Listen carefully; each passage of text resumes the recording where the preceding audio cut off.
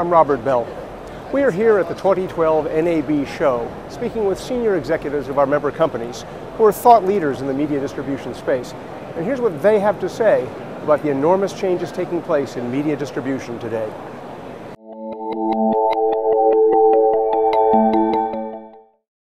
Well, we're following very closely the evolution of all these new technologies for nonlinear television, like the catch-up, the tablets, the multi-platforms, over-the-top, and all these video on demand and all these solutions. And we believe that this is a very good complement for the traditional linear television. So we're following very closely this, and we are developing solutions that are supporting these new technologies, also combined with the satellite traditional linear television. In this year we have planned to launch in the cable kiosk bouquet in Germany, and also in the Fransat bouquet in France, solutions that will permit to add these nonlinear applications to the traditional television.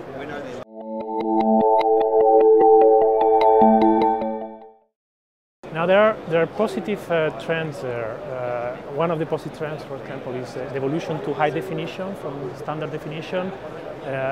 Today is still a complement to the standard definition, but we believe that in the future it will become the standard television, and there will be in a certain moment a switch off of the SD. It won't be very likely like the switch off of the analog that took 60 years, so this will be maybe 20 years time or something like that. So that's a trend that we think is very positive. Obviously, the hybrid networks is also a very positive trend, combining the satellite and the terrestrial networks to provide services where the broadcast part can be mainly focused on the satellite, mainly for the live events like the sports, the news, some movies, etc. And then other applications that will come more on the fiber network, on the terrestrial networks. So we believe that this is another positive trend in the market. There is also something that we don't think is necessarily negative, but is something that will remain as a marginal thing, is the 3D. 3D, we don't see the broadcasters investing in that. We see the contents for the theaters, for these kind of things, certain events like certain sports events, but we don't see a major evolution on the 3D.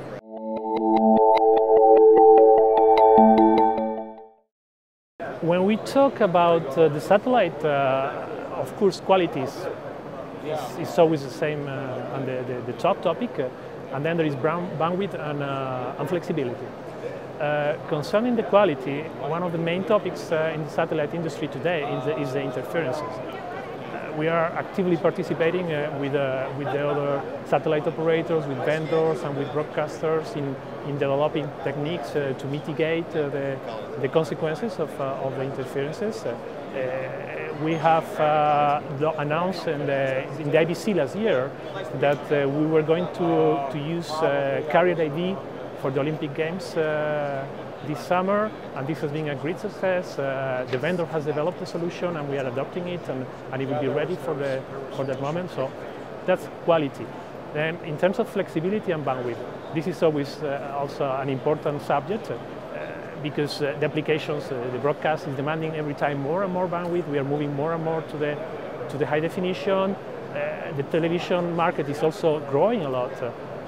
In 2010, there were about 29,000 TV channels, and we forecast about 40,000 by the end of 2020.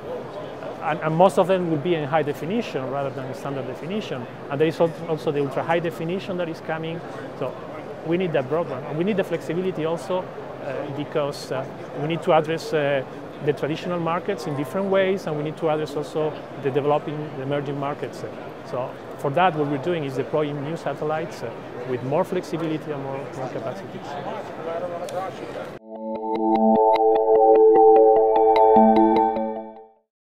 We talk about the carrier ID that we push since the IBC, and it will be there for the London Olympic Games. Obviously, we launched KSAT, that is ultra high throughput satellite. The services were started to commercialize in April last year, more or less.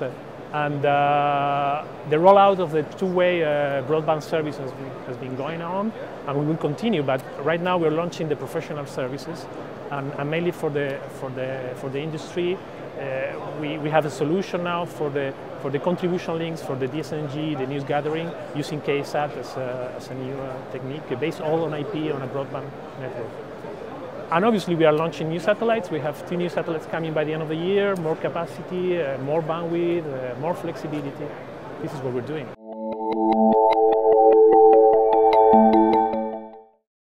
This is always difficult to know what is going to come, but we believe that one of the things that we'll see in a few years is more bandwidth available even in the existing satellites, thanks to the development of new modulation techniques.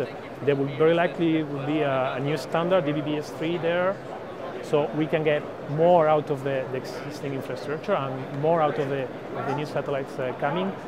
We believe that probably in 5 years' time, we'll be talking a lot about ultra-high definition. There are challenges there because this is 16 times the standard definition. There are problems with the storage capacity. There are problems with the bandwidth. There would be very likely also new encoding techniques beyond the MPEG-4. This is what we see for the future.